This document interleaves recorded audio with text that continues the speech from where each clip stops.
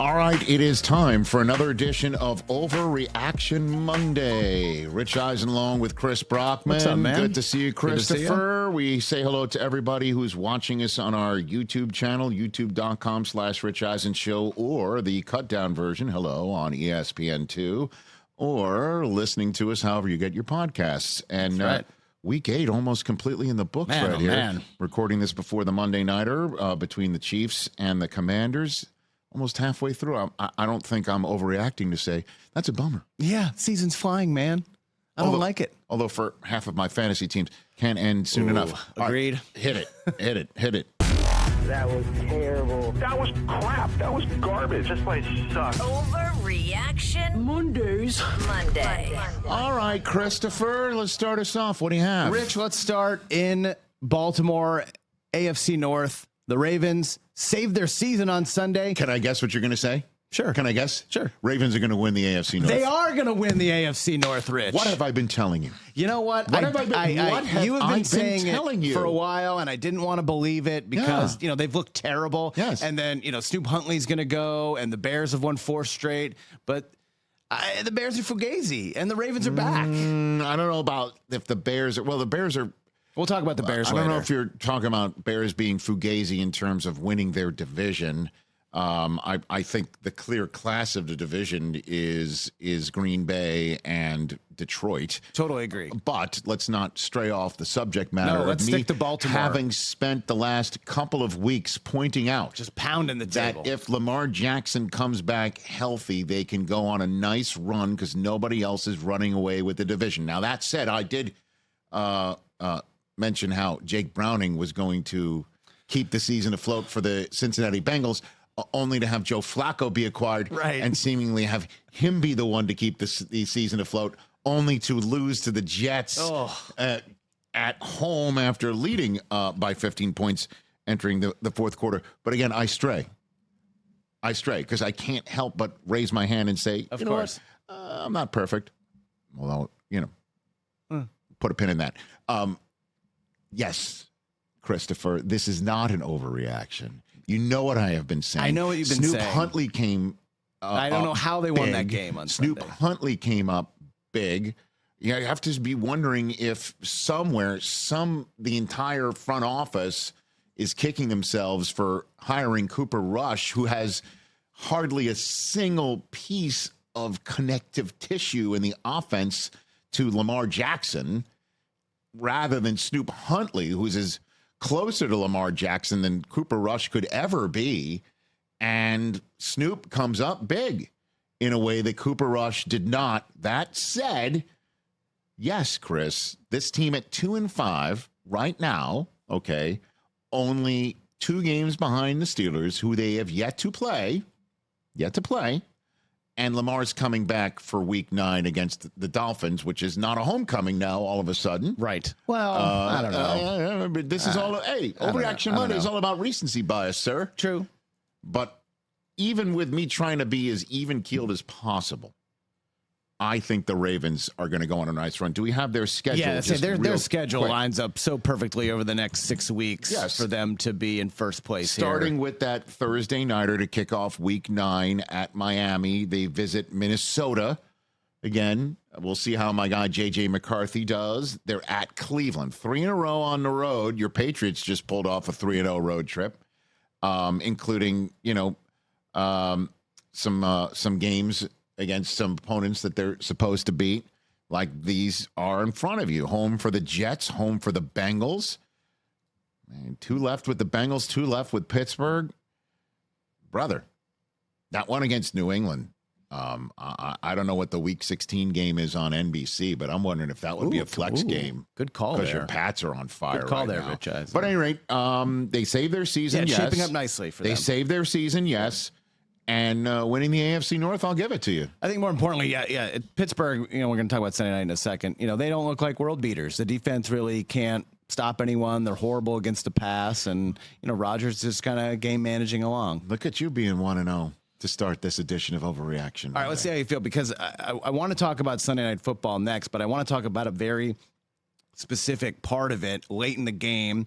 Aaron Rodgers Maybe he throws a touchdown, replay assist comes in. I don't like it. It's time to ditch coach's challenge system, all replay assist.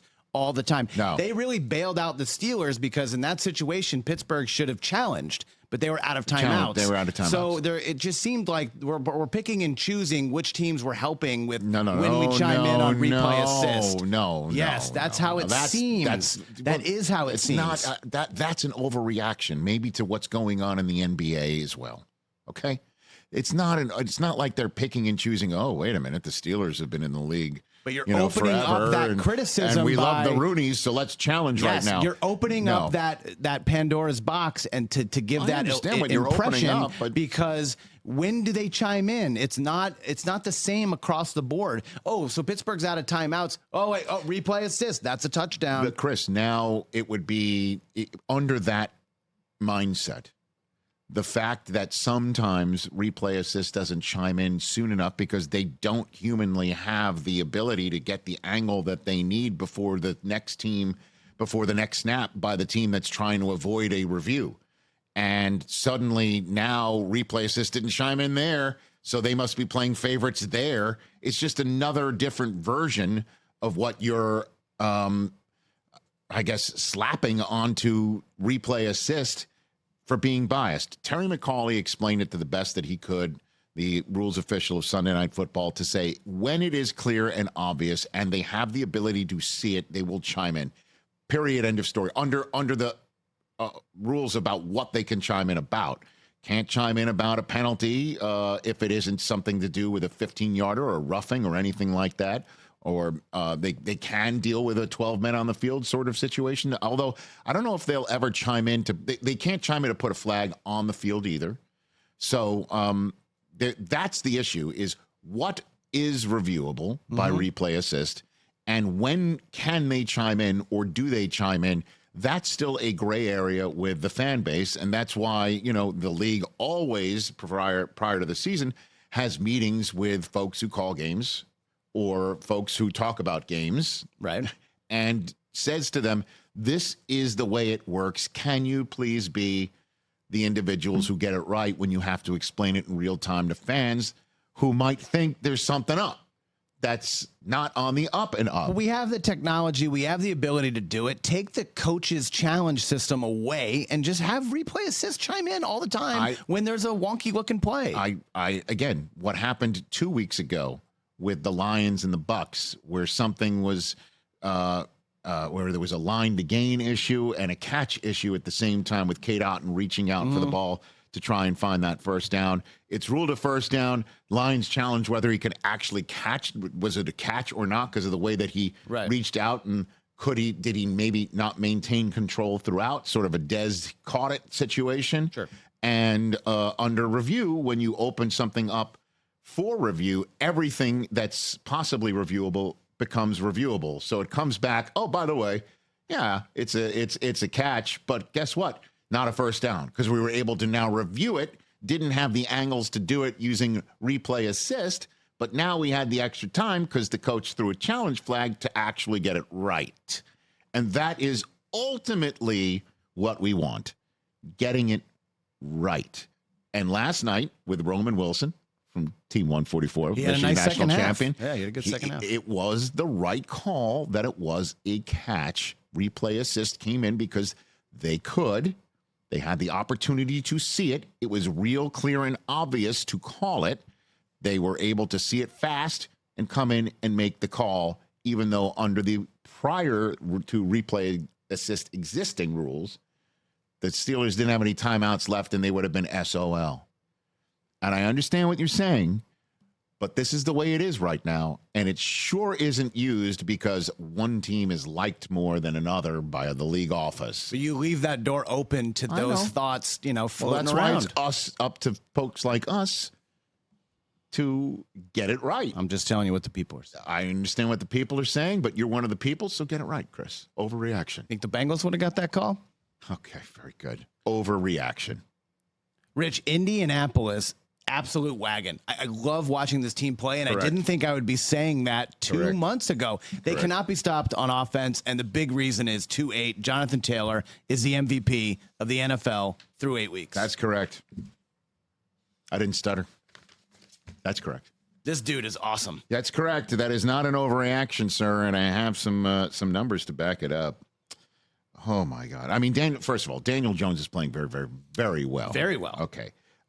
He's the only players with 100 or more passer rating in each of their first 8 games of the season in the history of the NFL are Brady and Rodgers. They won MVP in their years. They did it of 2007 and 2011.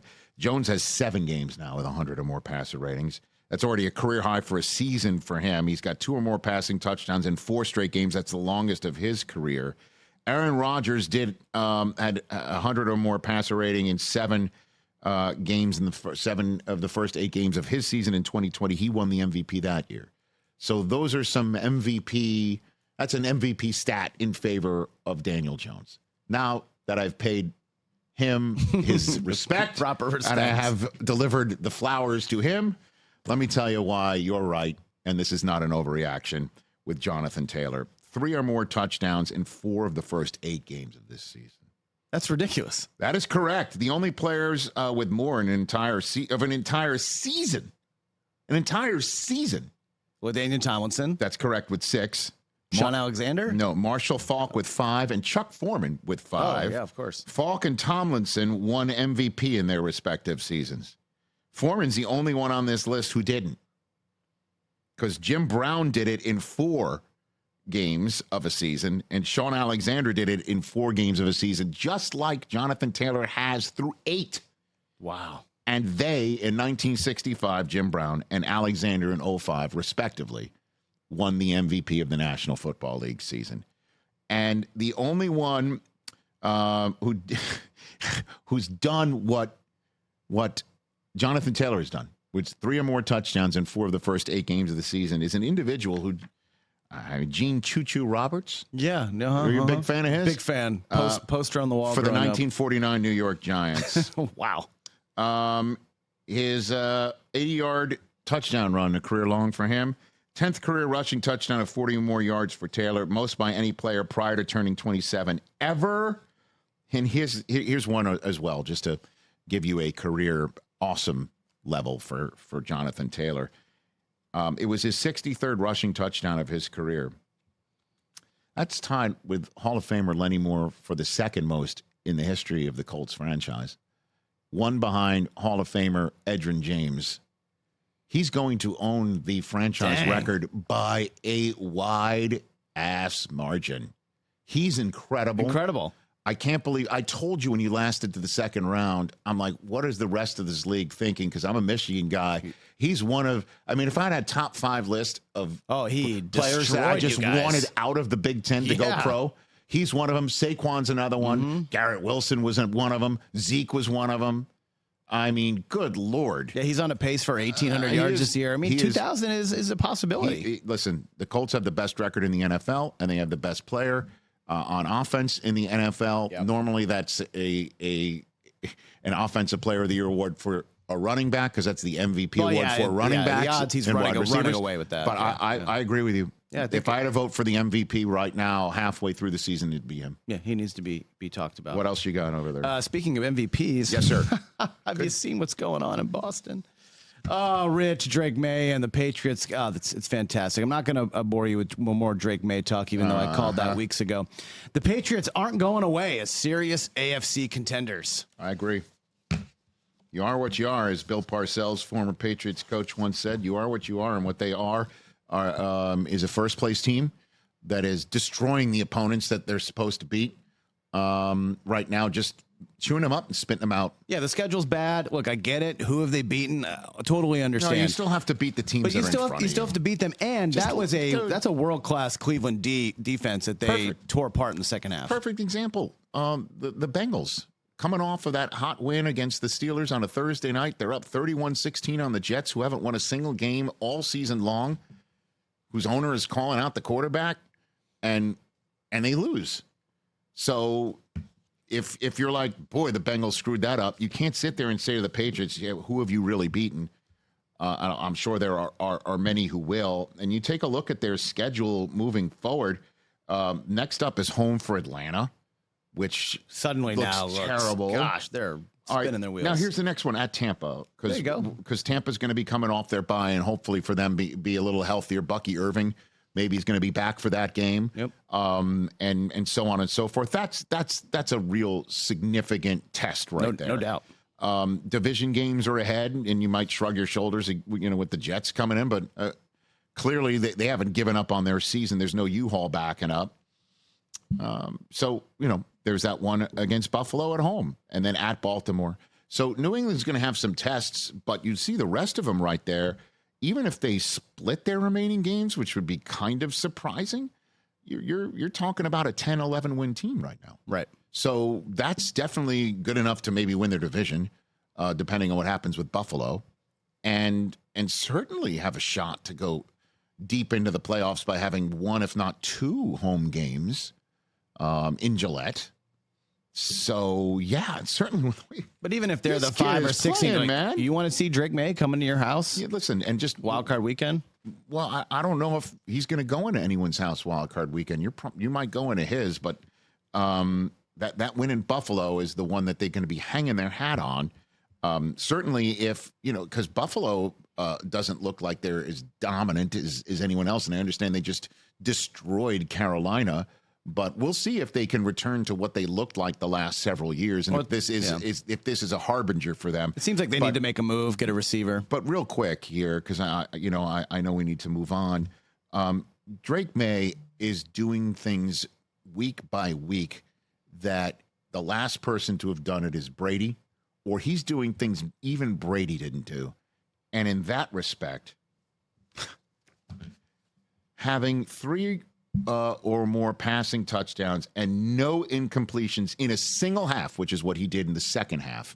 8 for 8, 114 pass yards, perfect passer rating, 3 touchdowns, no interceptions against the Browns. Mm-hmm. Okay. With Myles Garrett just dominating all over the place. He had 5 sacks. So it's not like he was just sitting back there in a lawn chair. Right. Okay. Having a sandwich. Drake May is the first Patriots quarterback to do that this century. And we know who that includes. Mm-hmm. Doug Flutie. It's the 14th such instance league-wide this century, including playoffs, of somebody having a perfect second half. That also includes 3 passing touchdowns and no incompletions. So there's that. He leads the NFL in passer rating. He's got the 200 yards, 100 passer rating now in 7 straight games. It's unbelievable. Not an overreaction. And the deep ball hit again, as Kurt Warner said. Those are handoffs. Yeah, I mean, in that respect, according to the old next-gen stats, he has more passing deep passes, 20 or more air yards. Drake May has more passing touchdowns, 5, than incompletions, 4, all season. So not an overreaction. All right, let's move on and go to the team that they played on Sunday. We've been waiting for it, I guess, since the draft. I think it's time. It's time to see what Shedeur Sanders looks like for the Cleveland Browns. Listen, they need something. They need a spark. Dylan Gabriel. The offense is no. Dylan. It's very rare to see a safety taken by a quarterback standing in the middle of his end zone, checking it down to nobody. That's what happened. And when you see something like that, it's like, can't do much worse than that. Where it's like the rule is you're in the pocket, you're standing in the middle of your end zone, and you're checking it down to nobody. And you don't even get it past the line of scrimmage. But, that said, you know how I feel about Shedeur, and I understand this is the old low-hanging fruit. I think it's only a matter of time where they must do their due diligence now to get it done. And I understand, you've got a rest of the team that you need to buy in to the rest of the season being more than just a laboratory for the future. Certainly if they're thinking the coach might not be there or the general manager might not be there, certainly if all the uncertainty about the future is front and center. And I know that one of those veterans that you'd have to get to buy in on this front is somebody who just had 5 sacks of an individual in a blowout loss anyway in Myles Garrett.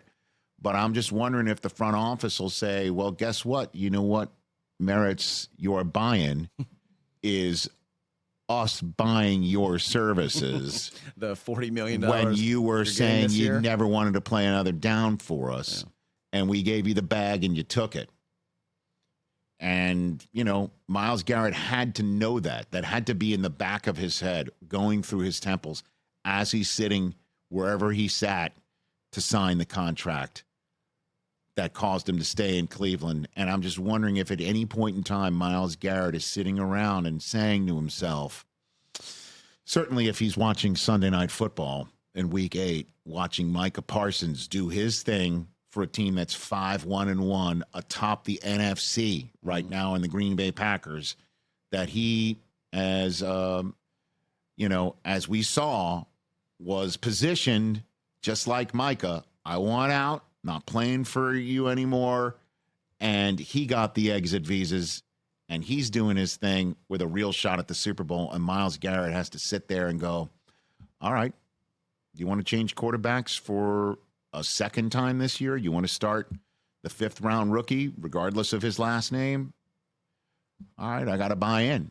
And I'm wondering if that's what's going on in Cleveland. But sure, whether it's this week or not, the Browns are kind of mandated to see what they can get out of Shedeur Sanders. Yeah, I think certainly so. Since some fans wouldn't mind seeing it, and you'd love to get some buy-in from the fans. That is for sure at this point in time. What else you got over there? Rich, I'm looking at, I'm already thinking about playoffs. We're almost halfway through the season. And you look at which divisions are going to get multiple teams and who's only going to get the one team. I think the NFC and AFC South, one playoff team each. Yeah. Some teams are falling by the wayside. I've been telling you about one in the NFC South for a while now.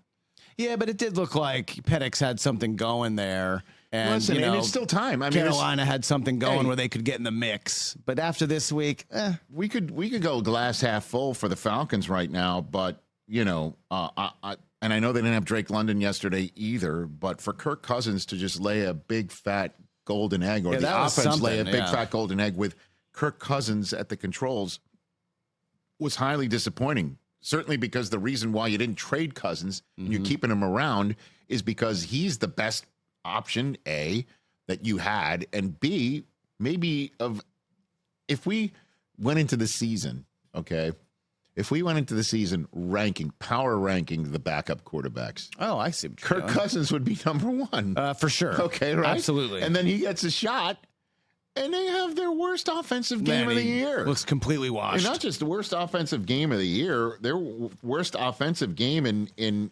many a moon.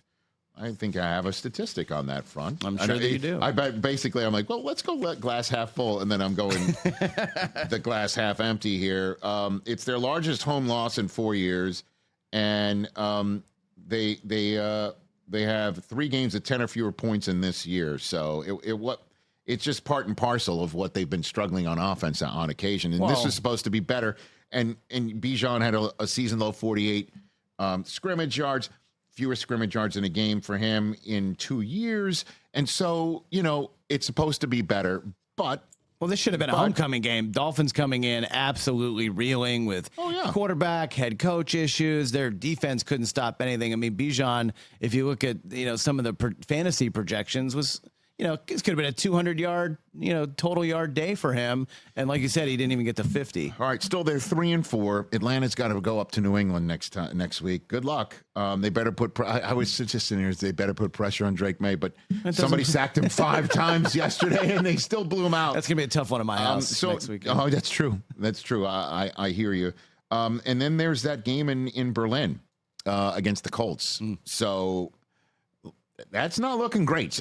That's not looking great. And they've already lost their home game in week 1 to Tampa. Their next game at Tampa is a Thursday night short week in week 15 after a month where they're home for Carolina after the Berlin game, at New Orleans, at the Jets, home for Seattle. It doesn't look great. And Carolina is way too up and down to catch Tampa. I think Tampa's got that division. And then the AFC South, I mean, Jacksonville would just hopefully they fixed their penalty taking problem. 23 penalties in the 2 losses before their bye, including the one that I saw in London against the Rams. I don't think they're going to catch Indianapolis. And then on top of it, you've got the AFC West going to get multiple teams. AFC East going to get multiple teams. Looks like it now. Yeah, that looks like it. Looks like it now. So not an overreaction. What else you got over there, Christopher? Rich, looking at the, let's keep talking about playoffs. When I look at the NFC and I look at the standings. Yes, sir. This is the 7 we're going to get. The NFC playoffs are locked. These are the 7 teams we're going to see in January. All right. Well, if you want to put them up. I can have it right here in front of. Oh, there Packers, we go. It's a playoff picture. Eagles, Bucks, Seahawks. Is this our first playoff picture graphic? Lions, of the Rams, year? It is. 49ers. It is. Yeah. These are the 7 we're getting. Packers, Eagles, Bucks, Seahawks, Lions, Rams, 49ers. Lock it. And the sniffing it category. That's what we got to say here, okay? Yeah, So it's not in the hunt. Right, we're sniffing it. We're sniffing it. They're sniffing it. Bears, Panthers, Cowboys, Falcons, Vikings, Commanders. Which one of them is going to jump up and knock one of these 7 out? Man, this is a good one, Chris. You just got to figure the odds are that somebody's going to hop up and take somebody out of the top 7 here. Who's it going to be? But if you look at all the sniffing it teams, they all have major issues. Well, they don't play consistently enough, or complementary football, which is the phrase that you use to say when offense and defense are clicking at the same level. But if you look at the Cowboys, ain't exactly. that. Quarterback play and the best offense, that's Dallas, but they can't stop a cold. How about this one? I'll give you one to come out of the mist. I'll give you the Vikings. Is that just because you want to believe in J.J. McCarthy, even though he's shown you 1 out of 8 quarters? Not an overreaction. Okay. But it's also the biggest mystery. For sure. Right? For sure. It's also the biggest mystery where someone can catch fire. Maybe Penix comes back, the Falcons pull it together and look like the team. But are they going to jump San Francisco? I don't know. I mean, the problem for them is they've already lost there, so that's a tie-break issue for them in a wild card situation. Could they be the team that jumps up and shows up like the team that beat Buffalo? They beat the Commanders in at home. Yeah, but I don't see Seattle falling off. Defense is too good. Sam Darnold's, I mean, balling. Atlanta could maybe do it because Washington has got too many losses against teams that they're going to have to catch. I mean, Washington's already lost to Green Bay. They lost to Atlanta, and lost to Chicago, lost to Dallas already. So I can't choose Washington, even though Daniels is going to come back and maybe they can put it together. I guess those are the 2 that I'd choose. But other than this, I don't think this is an overreaction right now. What's happening right now? We're agreeing too much. I don't know. We're agreeing too much. I like the pods where we don't agree enough. All right. Well, let's finish strong. 3 left. Okay, what do you got? Really disappointing showing from the Bears in Baltimore. Thought they had a real opportunity to kind of keep this thing going, keep the playoff push going. Yeah. And I think at this point, it's fair to question. It's unclear whether Caleb is the Bears quarterback of the future. No, I'm still not there yet. It's still the first year with him. He's been bad for the last 3 weeks. I'm not going to go there yet. It's this one. I'll disagree with you. There's still time. There's still time. The problem is last year was the time where some of these ups and downs struggles, he needed to go through that last year. So this year he looks like Drake May. And instead, he just looks like a slightly better version of last year. And let's just see. Give it some time. It's still, first of all, the Bears, if you want to put up their schedule as well, the Bears are still above 500 through the first 7 games of their season, which I think they would have signed for going in.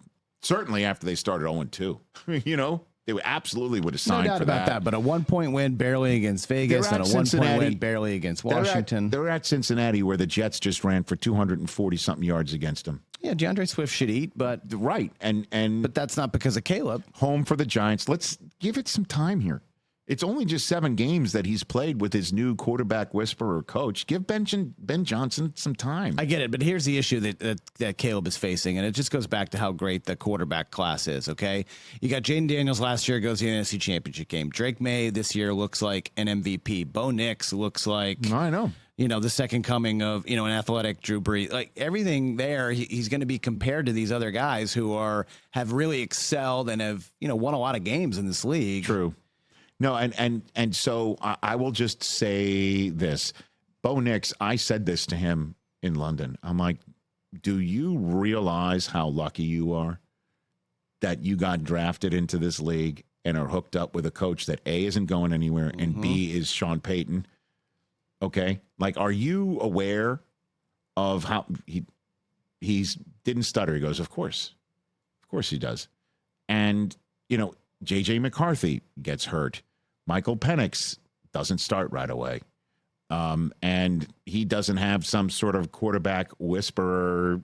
He doesn't have a head coach who's an offensive guy, whether that matters or not. Doesn't is a thing of whether you feel as if it's important for your head coach to be an offensive-minded guy. Right. Sort of like what Nix has, and that's what Caleb now has. Didn't have that last year.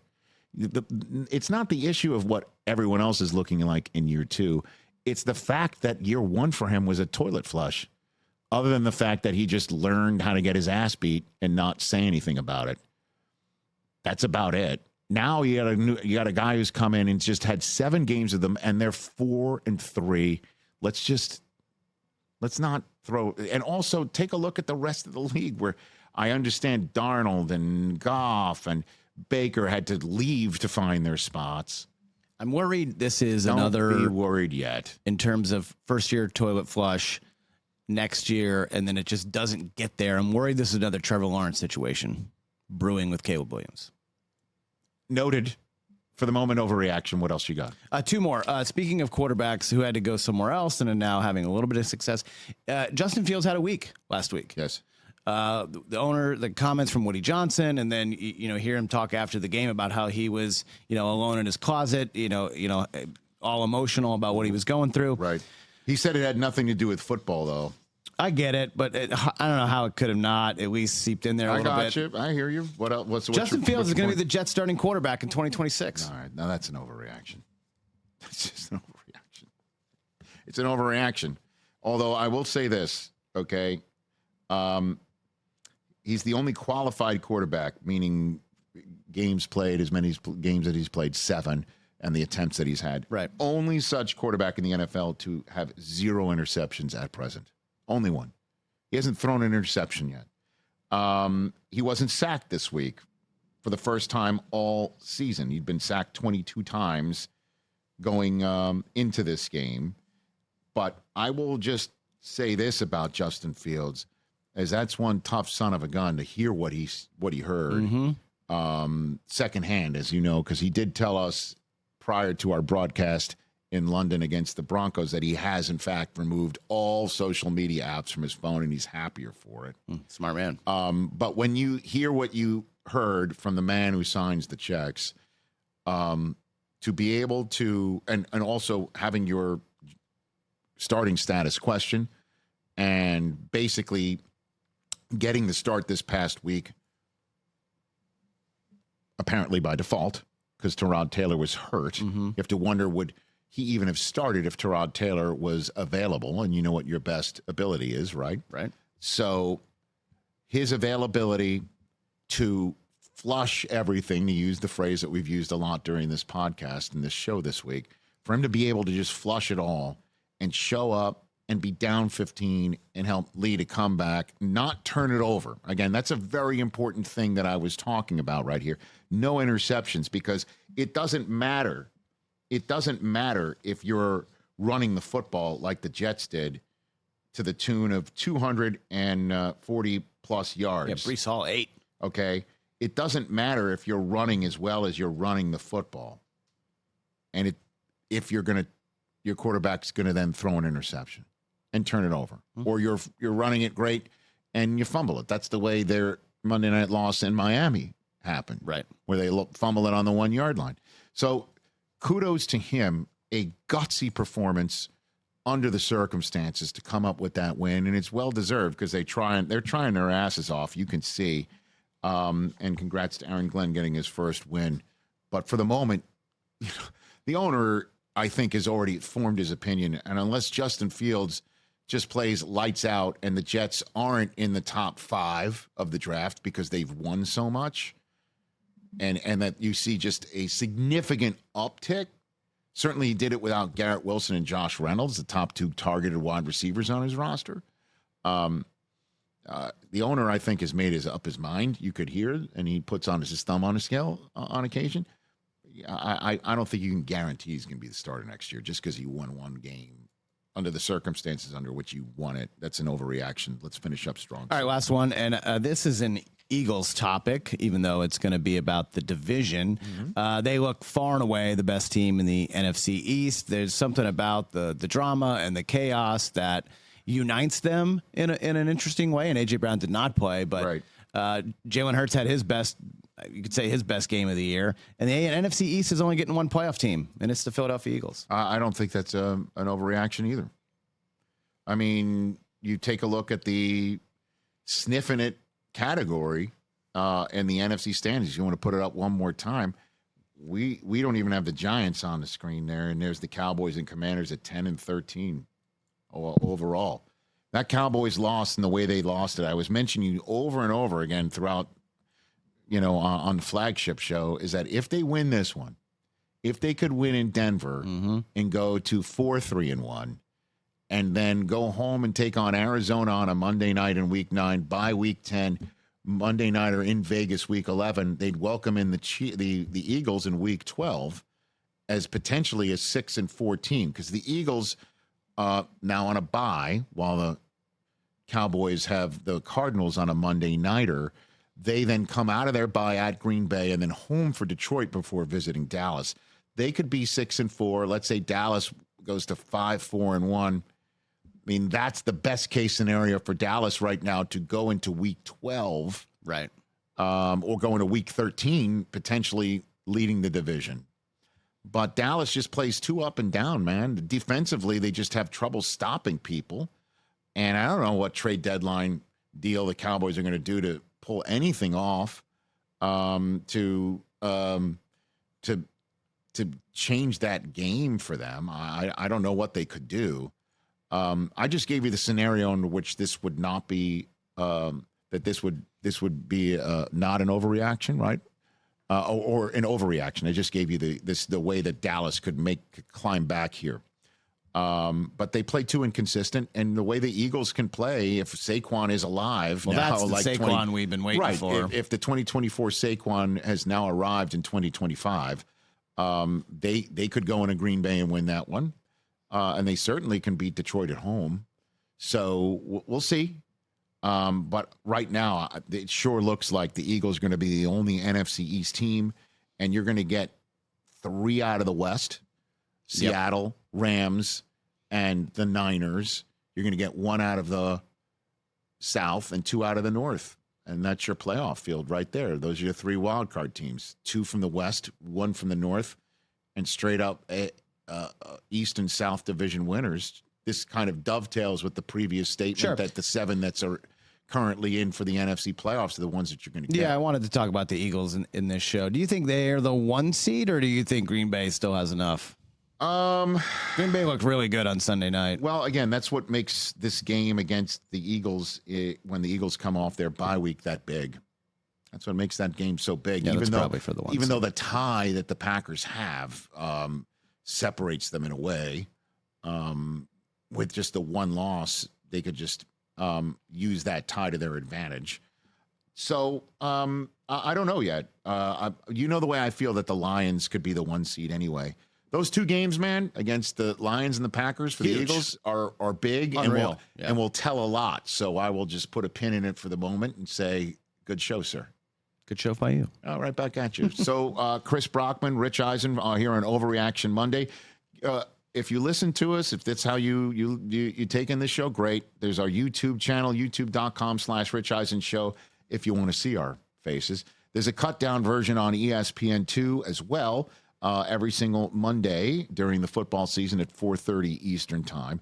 No Contest Wrestling and the Jim Jackson Show are also some podcast offerings from our world. No doubt. And on the flagship show, we've got a great week. On Wednesday, Keegan-Michael Key stops by in studio. That's always fun. Nice. And then on Friday's show, certainly tune in to hour 3 of that one. Back-to-back guests, Shaquille O'Neal, Morgan Freeman. And we're going to be dressed up. Oh, is that right? It's Halloween. I will not be dressed up. I'll be dressed up as a host that's hoping nothing serious breaks while you look like a fool. But thank you. You're welcome. That's Chris Brockman. I'm Rich saying peace out from Overreaction Monday.